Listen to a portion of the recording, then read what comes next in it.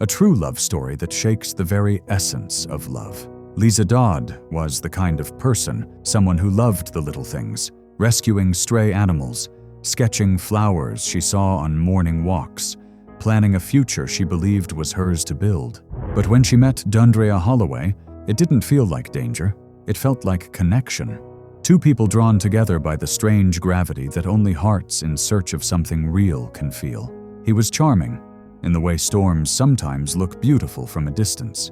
He said the right things, smiled in the right ways, and for a while, Liese believed she'd found someone who saw her. But love, real or deceptive, always reveals itself over time. As months passed, cracks began to show. Small arguments turned into long silences. Friends noticed how she began canceling plans, how her smile seemed rehearsed, how her phone buzzed less, and her eyes lowered more. That's how control begins, not with violence, but with quiet rearrangements of freedom. He told her who to talk to, then who not to, what to wear, where to go. And when love turns into a list of permissions, it's no longer love, it's captivity dressed in affection.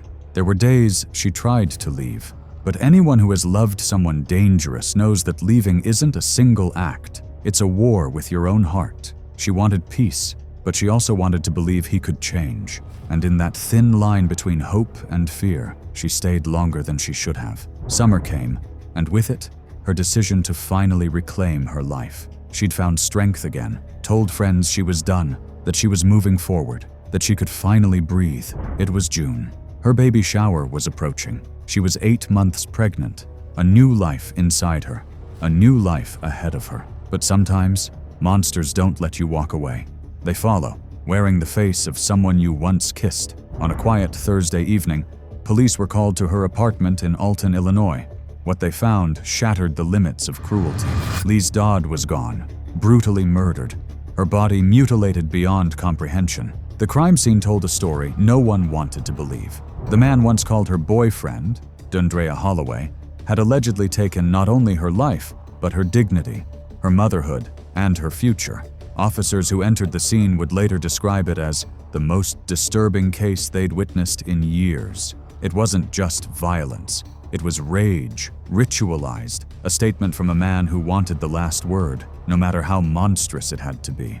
Holloway was arrested days later, found sitting in another county, emotionless, as if the act had already drained every trace of humanity from him.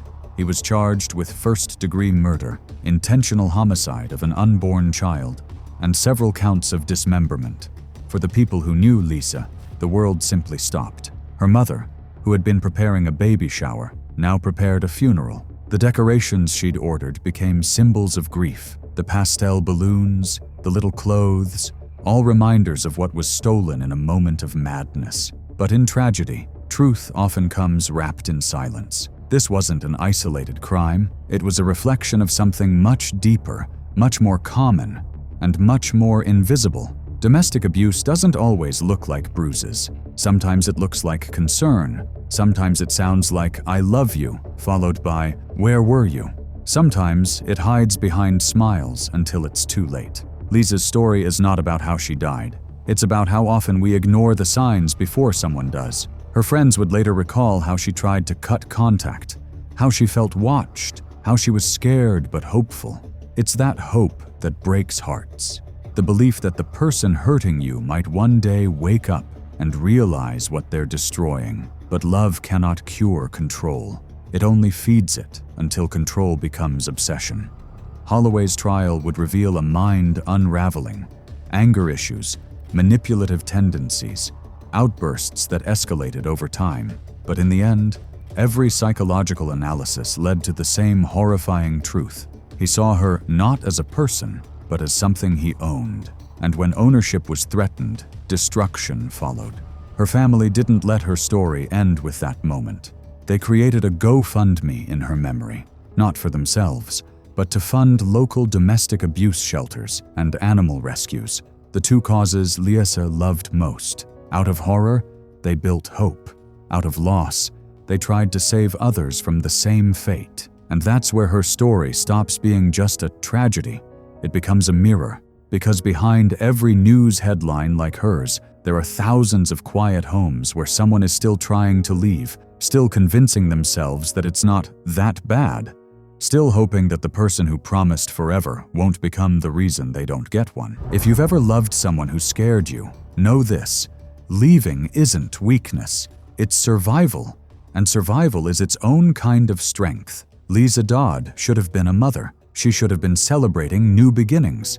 Instead, she became a warning written in grief, a story that tells us how love, when twisted by control, turns into something unrecognizable. Maybe the real question isn't why he did it. Maybe it's how we keep letting it happen, again and again and again, because monsters don't always hide in the dark. Sometimes they wait in plain sight. Sometimes they smile. Her story ends there, but her echo doesn't. Somewhere, a survivor hears her name and decides to walk away. Somewhere, a shelter gets a donation that keeps a door open another night. Somewhere, a mother tells her daughter what red flags look like before she learns them the hard way. And maybe that's how Liese lives on, not in what she lost, but in what she continues to protect. If love ever asks you to disappear so it can survive, it isn't love, it's the shadow that kills it. And if you've made it this far, let me tell you what the true definition of love is in your eyes. I hope it comes from your heart.